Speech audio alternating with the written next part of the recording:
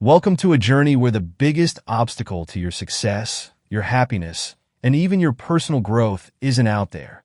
It's right inside you. What if I told you that your greatest enemy is often closer than you think? It's the voice that seeks validation, craves admiration, and resists humility. Yes, we're talking about the silent saboteur that lies within all of us, ego. Today, we're diving into Ryan Holiday's powerful book, Ego is the Enemy, a guide that shows us how ego can twist our aspirations, distort our successes, and leave us crushed by failure if we let it rule us. In this video, we'll uncover why ego is often the invisible force stopping us from achieving our true potential. We'll explore how ego sneaks in when we're dreaming big, when we finally reach success, and when life throws us a curveball. But here's the twist. Holiday doesn't just tell us to fight against ego. He shows us how to transform it into a path for resilience, growth, and lasting fulfillment. By the end of this video, you'll have practical insights on taming your ego, strategies to stay grounded, and a fresh perspective on what true success really means. If you've ever felt stuck, overly self-critical, or even too self-assured, then stick with us because this book might just be the mirror you need. So, hit the like button and subscribe if you're ready to dive deep into the powerful lessons of ego is the enemy. Let's break free from ego's grip and unlock the strength to aspire, achieve, and grow beyond our wildest dreams. Let's begin. Part 1. Aspire. The first section of this book, Aspire, explores the beginning stages of ambition, the allure of dreams, and the challenges posed by ego as one starts the journey toward achievement. Aspire is about setting out on a path and the critical need to manage our egos to truly aspire to greatness. This part is not about flashy achievements or claiming victory. It's about quiet, steady work, learning, and absorbing the skills and wisdom required to reach any meaningful goal. The book argues that the initial stages of ambition should not be clouded by ego or an inflated sense of self, as this can derail progress even before it starts. Here's an in-depth look into this part and the essential lessons it provides for anyone starting on their path. In the early stages of a journey, the temptation to talk about what you want to achieve can be overwhelming. Discussing your dreams can provide a rush, but it can also be a trap.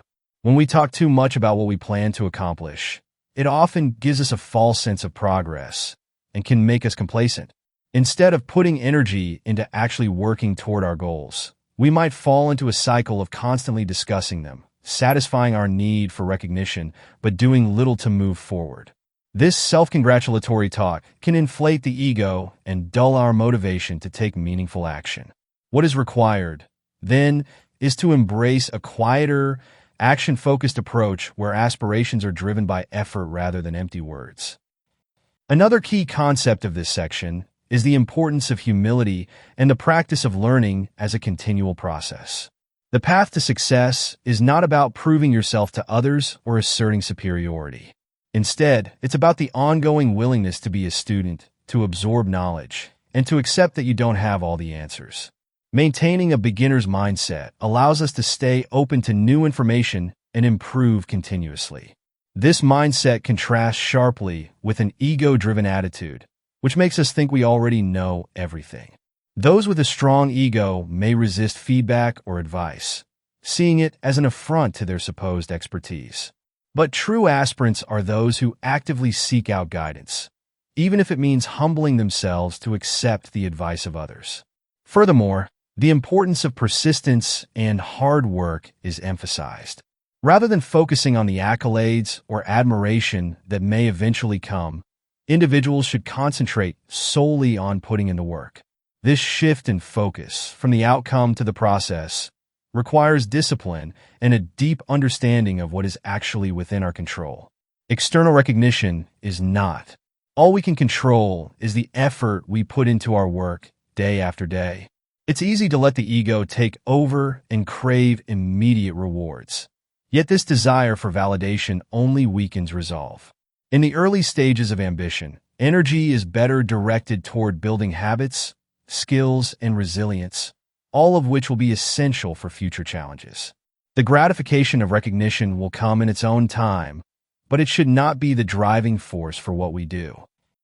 A particularly striking lesson from Aspire is that ego is a barrier to constructive feedback and correction. When we are too caught up in ourselves, we miss valuable input from others. Listening to mentors, observing those who have traveled similar paths, and accepting criticism are crucial parts of growth. Those with an inflated ego may avoid or ignore feedback, interpreting it as an attack rather than an opportunity to improve. However, this is a fundamental mistake. Feedback allows us to refine our approach, identify weaknesses, and learn from the experience of others. People who are committed to learning understand that constructive criticism is an asset, not a threat. By keeping the ego in check, they open themselves to valuable insights that could shape the course of their journey. A theme that also emerges here is the canvas strategy, a powerful metaphor that emphasizes serving others as a pathway to personal growth. When starting out, it is more beneficial to work for the benefit of others rather than striving for personal recognition. Creating opportunities for those around you, helping others achieve their goals, and being a reliable supporter all build goodwill and positive relationships. This approach not only improves interpersonal skills, but also expands networks and opens doors. It requires setting aside self-interest in favor of service. Though this might seem contrary to ambition, it's actually one of the most effective ways to prepare for future leadership. The willingness to be a canvas for others, to do work that might go unnoticed but supports collective progress, is a powerful antidote to ego. By focusing on how we can help others, we ultimately help ourselves, growing in character and earning respect without demanding it. The Aspire section also tackles the dangers of passion when it is unchecked and unfocused.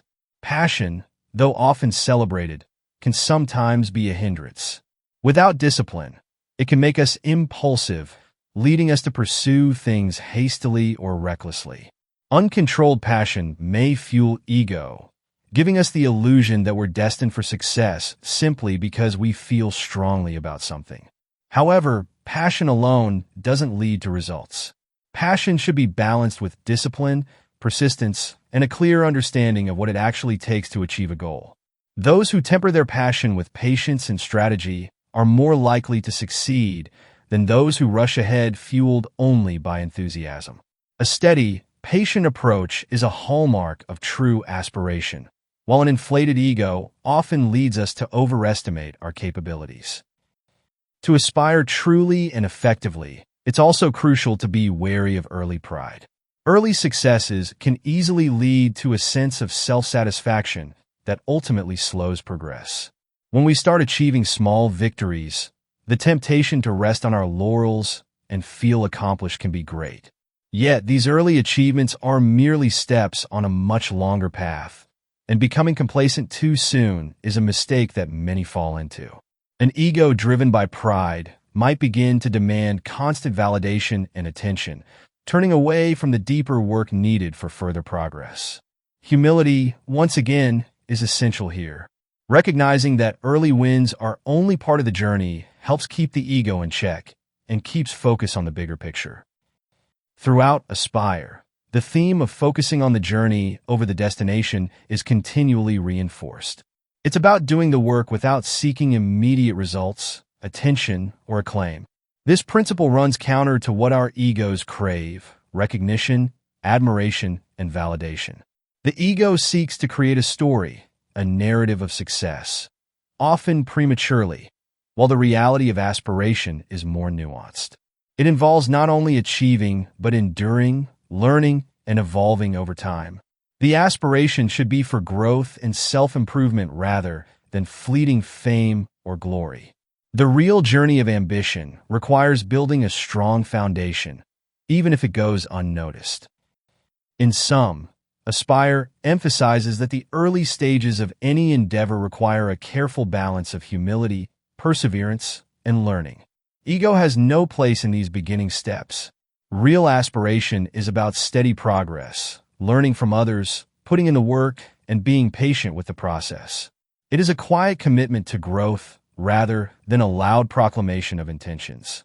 Every action taken during these initial steps should be guided by a genuine desire to improve and achieve, not by the need to be recognized or admired. The ego is the enemy precisely because it tempts us away from this grounded, focused approach.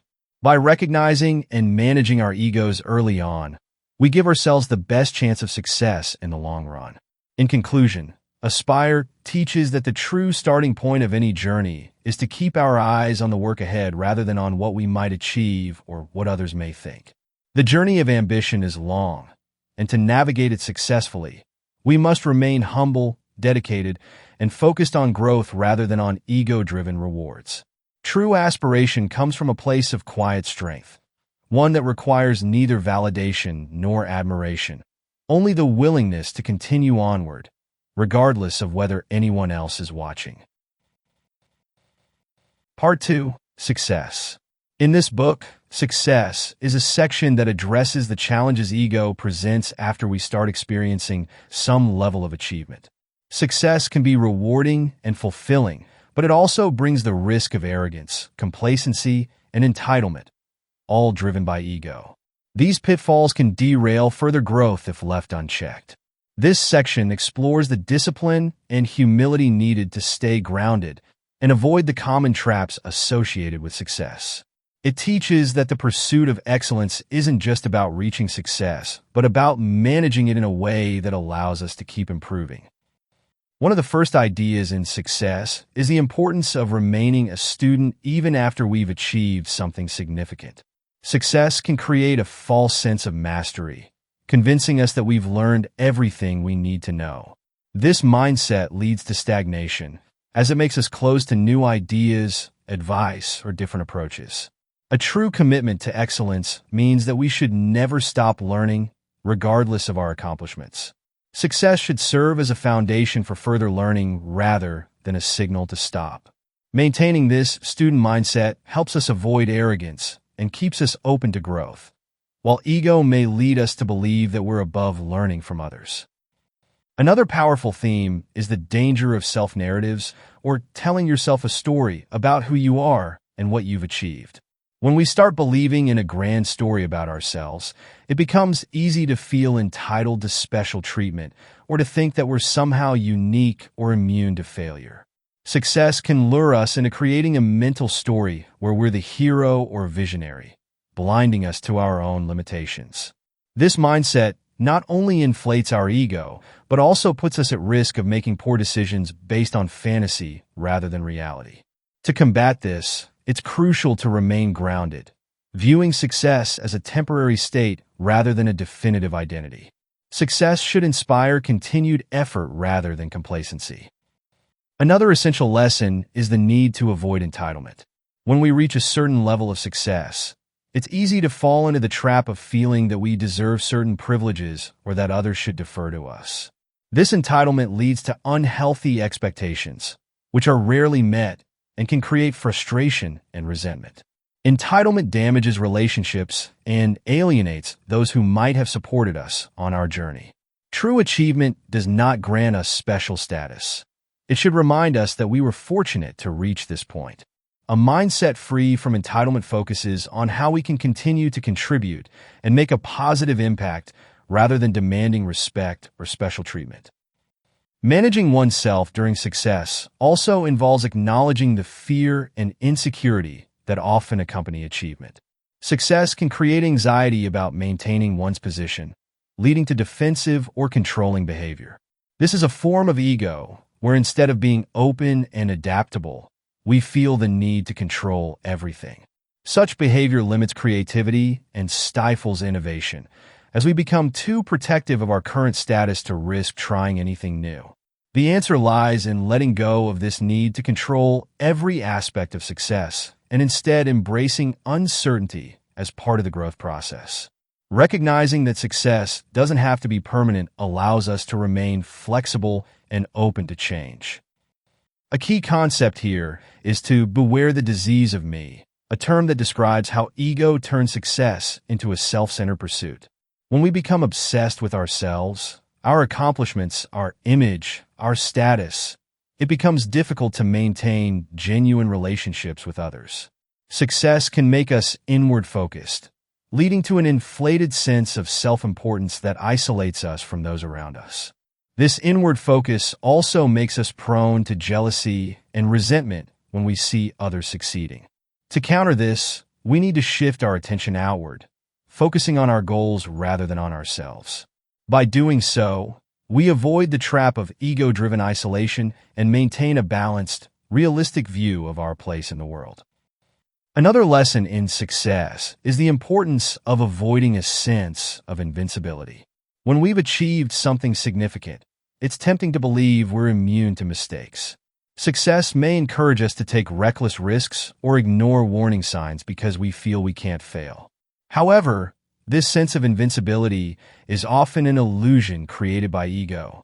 Mistakes, setbacks, and failures are part of any journey, and success does not exempt us from them.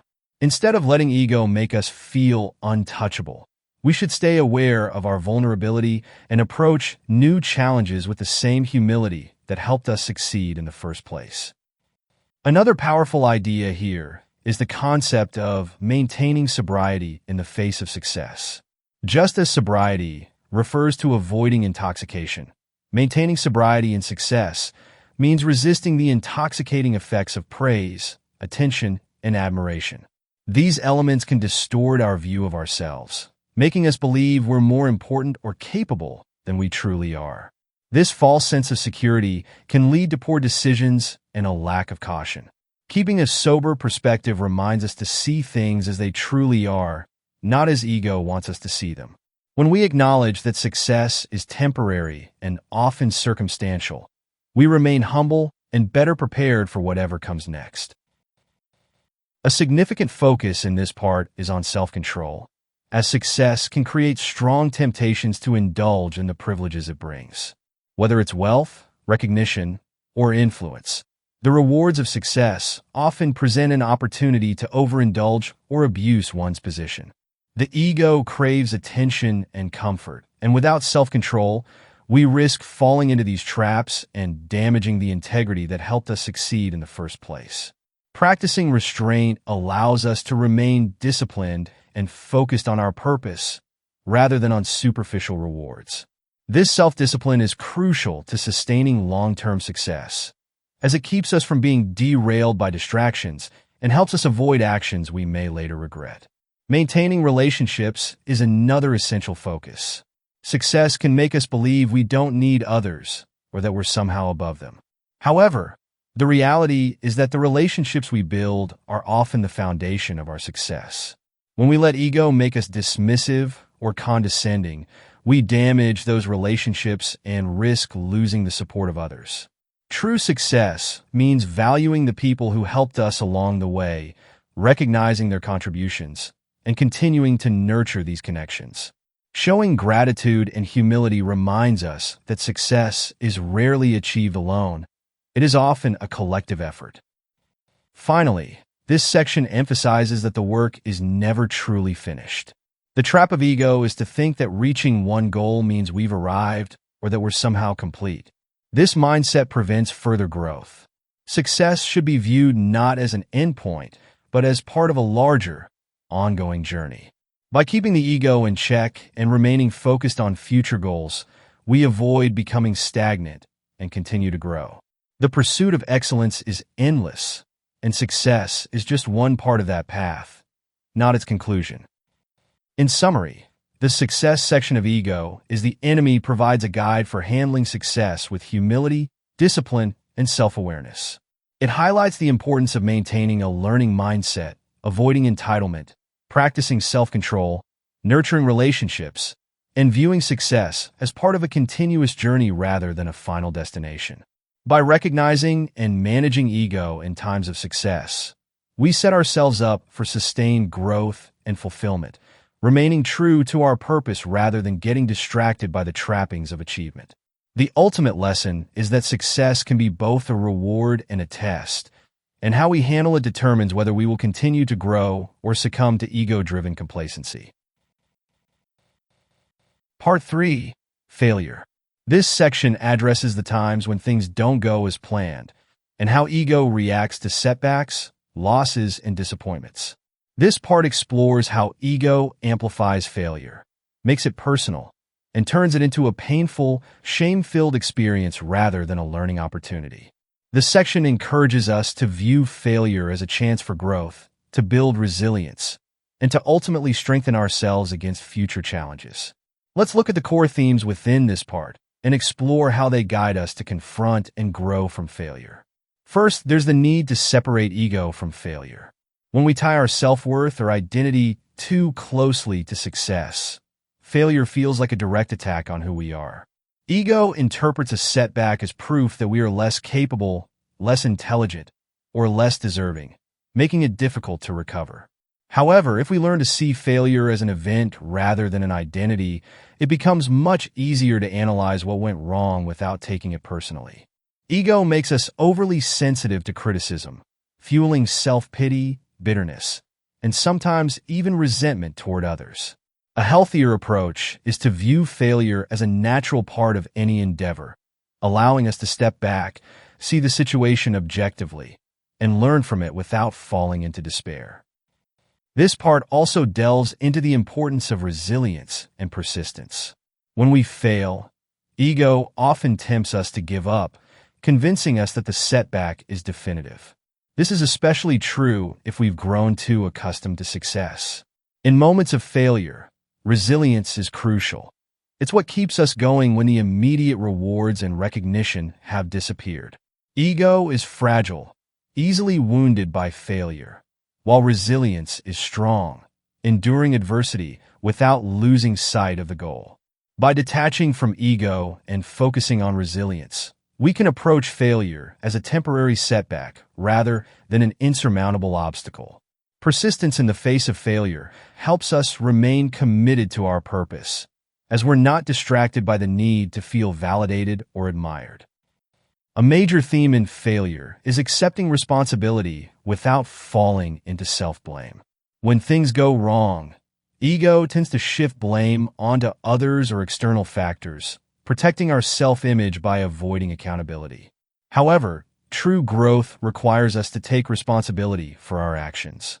This doesn't mean wallowing in guilt or self-criticism, but rather acknowledging the role we played in the outcome. By accepting responsibility, we gain control over our lives, recognizing that we have the power to make different choices next time. Avoiding responsibility only makes us feel helpless, dependent on factors outside our control. Adopting an attitude of accountability strengthens us, empowering us to learn from our mistakes rather than repeating them. Another important lesson is the value of humility in times of failure. Ego, when wounded, often reacts with defensiveness, excuses, or anger. But humility allows us to accept failure gracefully, seeing it as an opportunity to learn rather than as a source of shame. Humility helps us remember that failure is a shared human experience. Everyone goes through it at some point. This perspective helps us avoid the isolation that often accompanies failure, where ego convinces us that we're uniquely flawed. When we see failure through a humble lens, we recognize it as a natural part of growth, one that can teach us more than success often does. Humility also opens us to feedback, which is invaluable during moments of failure, as it provides insights we might otherwise miss. Self-awareness is another essential element in coping with failure. When we fail, ego can cloud our understanding, making it difficult to see the truth of what went wrong. This lack of clarity can lead us to repeat mistakes, as we're not fully aware of their root causes. Practicing self-awareness enables us to take a closer look at our actions, decisions, and motivations, providing a clearer picture of why we failed. By understanding our own strengths and weaknesses, we can identify patterns in our behavior that may contribute to repeated setbacks. Self-awareness requires honesty, a willingness to confront uncomfortable truths about ourselves, and a rejection of ego's tendency to create excuses. This clarity is essential for genuine improvement. Failure also examines the concept of stoicism in the face of adversity. Stoicism teaches us to accept things we cannot control, focusing instead on how we respond to them. This mindset is crucial when dealing with failure, as it prevents us from wasting energy on things we can't change, like the past or the opinions of others. Stoicism helps us focus on what we can control, our response to failure, our efforts to improve, and our willingness to move forward. By adopting a Stoic approach, we learn to keep calm in the face of setbacks, understanding that failure is just one step in a much larger journey. Ego often pushes us to react emotionally, to dwell on past mistakes, or to obsess over what others might think. But Stoicism redirects our attention to productive action, keeping us grounded and focused on what truly matters. In addition to these mental approaches, this section emphasizes the importance of adaptability. Failure often requires us to adjust our approach, to change tactics, or even shift our goals. Ego, however, resists change, preferring consistency and predictability. It tells us that if we alter our course, we're somehow admitting defeat. Yet adaptability is essential for success. It allows us to respond effectively to unforeseen challenges and to keep progressing even when things don't go according to plan. Embracing adaptability requires us to release rigid expectations and to stay flexible, open to new possibilities that we may not have initially considered.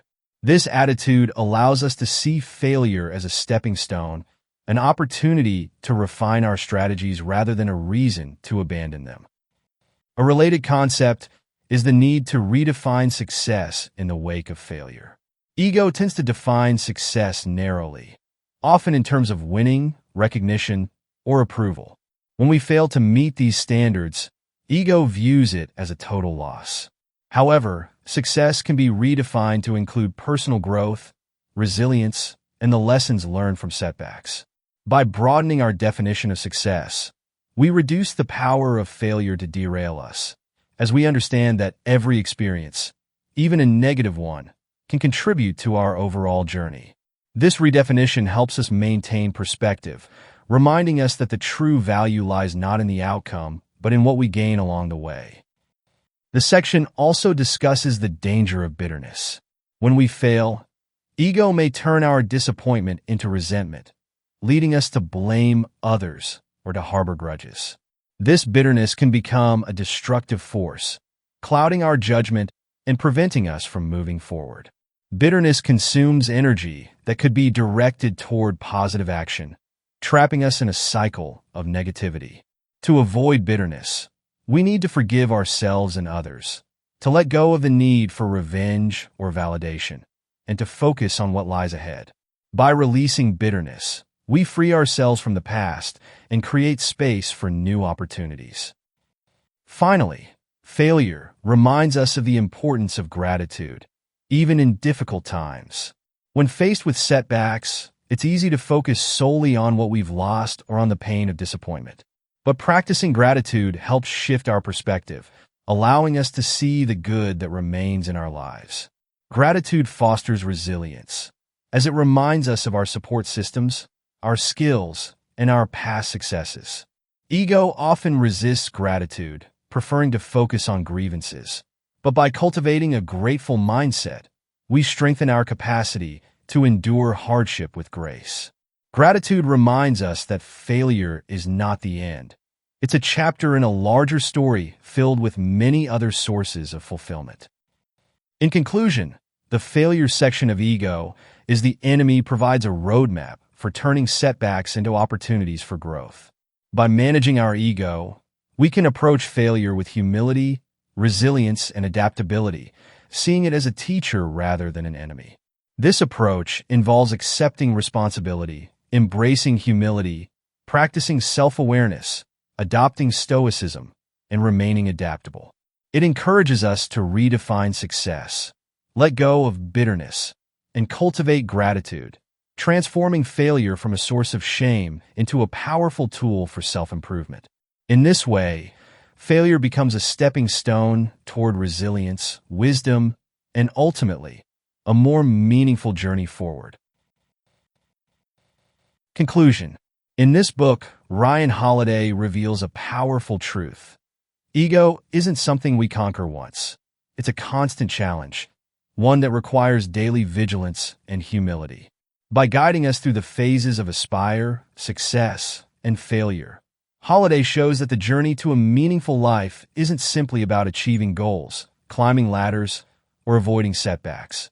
It's about cultivating the character, resilience, and self-awareness to handle whatever comes our way, free from the distortions of ego.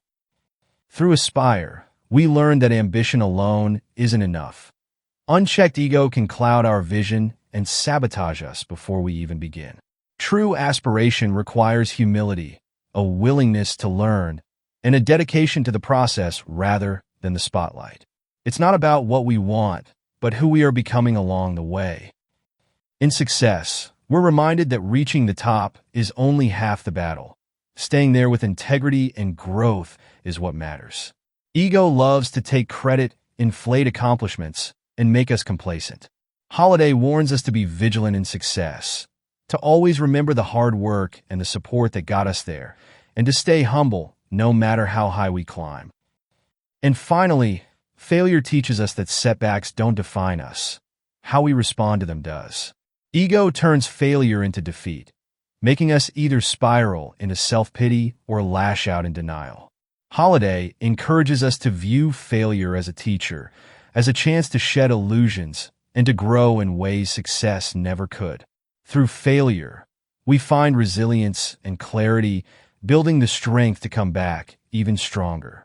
Ultimately, ego is the enemy isn't just a guide for avoiding pitfalls. It's a call to a more grounded, fulfilling life. Holiday's message is clear. If we want to achieve true success and resilience, we must learn to put ego in its place, constantly returning to humility, gratitude, and a focus on growth. A life free from the grip of ego is one where we're free to aspire, succeed, fail, and ultimately become better. So, as you close the final page of Ego is the Enemy, take a moment to reflect. What areas of your life are shaped by ego? Where could you embrace humility and find new strength? Remember, ego will always be there, but you have the power to keep it in check. Success, failure, and even ambition itself all have richer, deeper meaning when we put ego aside and approach life with an open mind and heart. Whether you're at the start of your journey, celebrating a victory, or facing a setback, remember that ego doesn't have to control you. Embrace the lessons from this book, let go of self-importance, and keep striving with humility and resilience. Because the greatest victories in life come not from the trophies on our shelves, but from the growth in our souls. Thank you for joining this journey through Ego is the Enemy. If you enjoyed this exploration, don't forget to like, subscribe, and share with others who may find value in these insights. Keep striving, stay humble, and let's continue on this path together toward a life beyond ego.